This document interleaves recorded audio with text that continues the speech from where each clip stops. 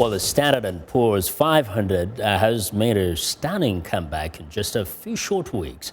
Africa 54 business correspondent Jill Malandrino spoke with Phil David, the CEO of PSW Investments, for his take on whether investors should trust this rally or not. The S&P 500 rallied nearly 200 points off the February 11th low.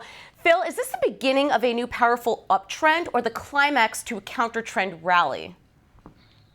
I'm leaning more towards the climax to a counter-trend rally. I think that what we've got right now is one of those bad news is good news rallies where everybody's expecting the Bank of Japan and the ECB, European Central Bank, to begin some more easing policies, put more money to work in the market.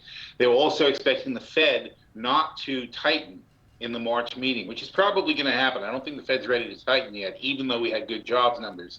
I think they just want to wait and see and make sure it's a good trend. Okay, well, let's focus on that jobs report from Friday morning. The headline number was quite strong in terms of job creation, but wage growth ticked lower. Is this a short-term signal that the Fed won't raise rates or alter policy, or do you think they may potentially do something in June?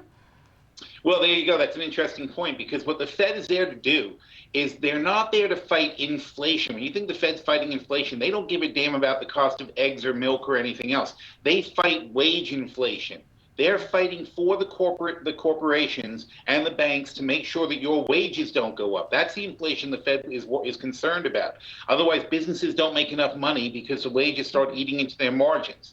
So even though we had a lot of jobs, it's a lot of cheap labor that went to work, and the Fed doesn't. That's fine. The Fed doesn't feel the need to put the brakes on that.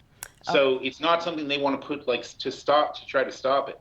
Okay, all right. Thank you very much, Phil. For VOA News in New York, I'm Jill Malandrino.